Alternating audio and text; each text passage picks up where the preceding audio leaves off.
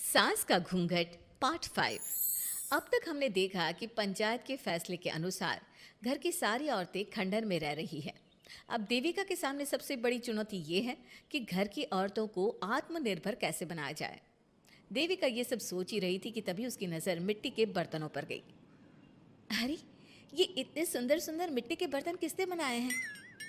ये बर्तन तो माँ जी और चाची जी ने बनाए हैं। अरे वाह, इतने सुंदर बर्तन तो मैंने आज तक नहीं देखे। माँ जी, चाची जी, आपने ये कहाँ से सीखा? अरे बहू, ये तो हम बचपन से बनाते आ रहे हैं। ये स्टील, पीतल और कांच के बर्तन तो अब चले हैं। पहले तो मिट्टी के बर्तन में ही लोग खाना खाते थे। ठीक है, तो हम दोबारा से मिट्टी के बर्तनों में लोगों को खाना खाना सिखाएंगे। वीना दीदी और सुजाता भाभी, आप दोनों बताओ, आप दोनों को क्या क्या आता है? मुझे तो खाना अच्छा बनाना आता है। बस खाना बनाने के अलावा मैंने कभी कुछ किया ही नहीं। और वीना दीदी, आप बताओ, आपको क्या क्या आता है?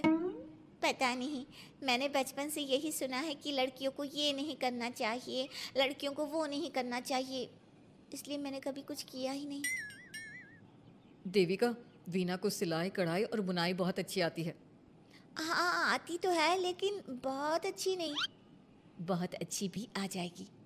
अब देविका और बाकी सभी औरतें गांव में सबके घर जाती हैं और गांव की सभी औरतों से मिलकर कहती हैं, भाभी जी, अगर आपको अपने या अपने घर वालों के लिए कपड़े सिलवाने हो तो आप मुझसे ही सिलवाना। बहन जी, मिट्टी का चूल्हा, बर्तन या मटका बनवाना हो तो मुझसे ही बनवाना। मैं और विमला दीदी आपके घर के सारे बर्तन बना देंगे। भाभी, आप कभी किसी काम में व्यस्त हो और खाना ना बना पाओ ना, तो आप मुझे बता देना, मैं आपके घर के लिए खाना बना दूंगी। वो क्या है ना, आप तो सारा दिन खेतों में काम करती हो और कभी कभी खाना भी नहीं बना पाती होंगी, इसलिए। इस तरह घर की औरतें जी जान से अपने अपने कामों में लग जाती है। धीरे धीरे उनका काम बढ़ जाता है और वो अपने खंडहर को ठीक करने में लग जाती हैं। वहीं दूसरी ओर घर के सारे आदमी घर का काम संभाल नहीं पा रहे थे। अरे भाई कल्याण, चाय तो पिला दे, जमाना हो गया अच्छी चाय पिए हुए। आप बिना घर के दामाद से क्या क्या काम करवाते हैं? अभी लाता हूँ चाय।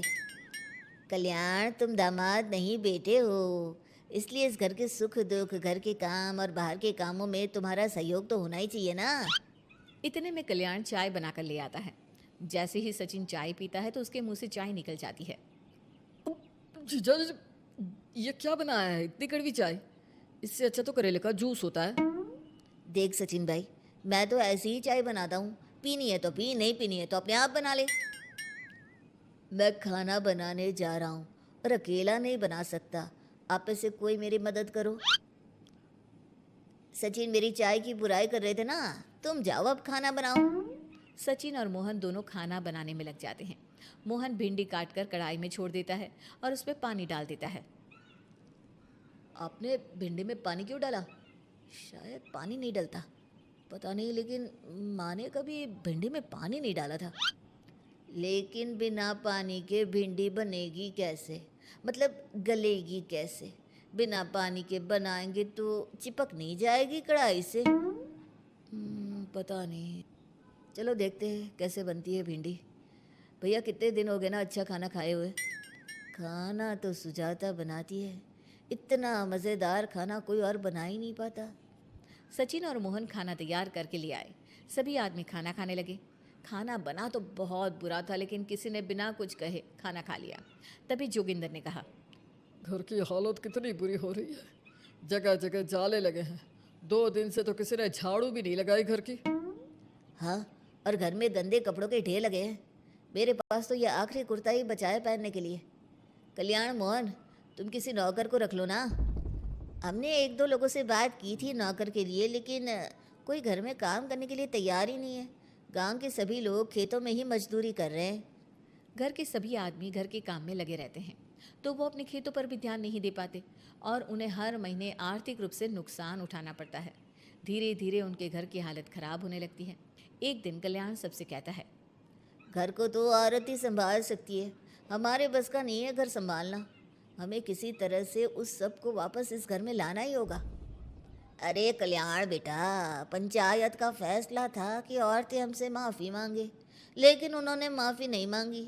अब हम उन्हें बुलाने गए तो उल्टा हमें ही अपनी अपनी पत्नियों से माफ़ी मांगनी पड़ेगी। हमें कोई ऐसा रास्ता निकालना होगा कि वो मजबूर हो जाए हमारे पास आने के लिए। बापू, उन सभी ने अपने अपने काम शुरू कर दिए हैं। क्यों ना हम सबके काम में नुकसान कर दे, इससे वो मजबूर हो जाएंगे हमारे पास आने के लिए। भैया, ये कैसी बात कर रहे हो? इससे वो मजबूर नहीं होंगी बल्कि और भी ज़्यादा गुस्सा हो जाएंगी। मैं तो बोल रहा हूँ शराफत से जाकर माफ़ी मांग लेते हैं। मुझे यकीन है कोई माफ़ करे ना करे, माँ तो ज़रूर हमें माफ़ कर देंगी। नहीं सचिन, अगर हमने माफ़ी मांगी तो ये सारी औरतें हमारे सर पर चढ़कर नाचेंगी।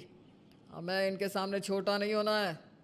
मोहन, कल्याण, तुम दोनों आज से ही काम शुरू कर दो। बस फिर क्या था, घर के सभी आदमी लग गए काम पर।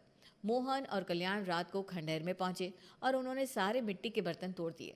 उसके बाद वीना ने जो कपड़े तैयार करके रखे थे वो सारे कपड़े उन्होंने फाड़ दिए। सुबह जब घर की औरतों ने ये सब देखा तो परेशान हो गई। अरे, ये सारे बर्तन किसने तोड़ दिए? माँ, किसी ने मेरे सिले हुए कपड़े ही फाड़ दिए। ये हरकत कौन कर सकता है? और कौन करेगा भाभी, ये सब उन आदमियों की हरकत है। जब किसी तरह से हमें झुका नहीं पाए तो हमारे काम बिगाड़कर हमें परेशान कर रहे हैं। सभी औरतें दुगनी तेजी से काम में लग गई।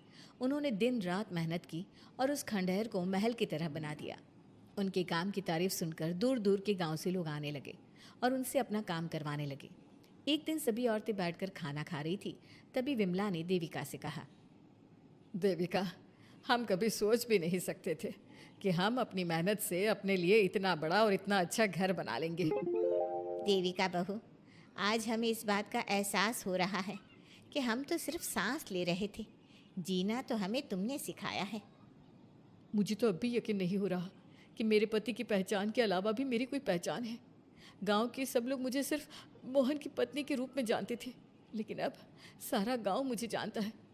देविका, मैं कुछ ही दिन में इस गांव में एक अच्छा सा होटल खोलूंगी और मैं एक बुटीक खोलूंगी।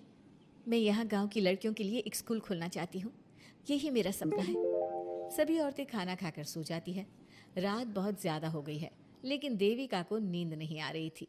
तभी उसे किसी के कदमों की आवाज़ सुनाई दी। पहले तो देविका थोड़ी डर गई, लेकिन उसने हिम्मत करके उठकर देखा तो उसके सामने सचिन खड़ा था। सचिन, तुम यहाँ क्या कर रहे हो? कहीं तुम मेरा कोई नुकसान तो करने नहीं आए? मेरे पास तो किताबों के अलावा कुछ नहीं है। फाड़ना चाहो तो फाड़ सकते हो।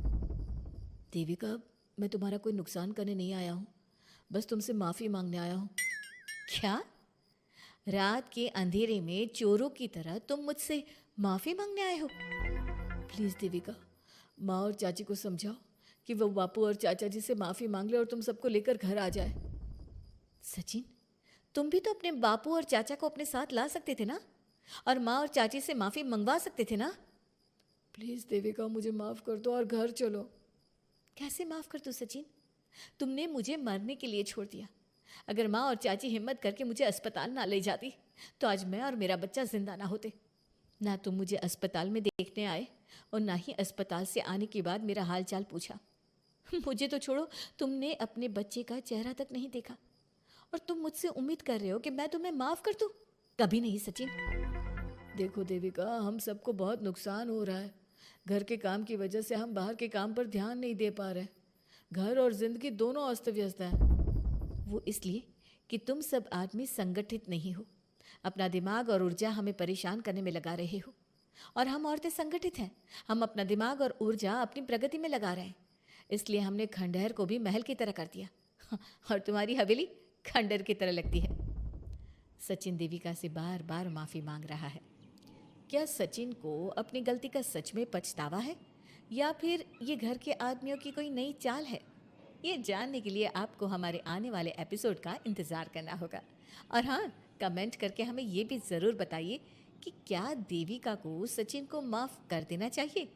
क्या उसे सब कुछ भूलकर सचिन के साथ अपना घर बसाना चाहिए, या फिर सचिन को भूल जाना चाहिए?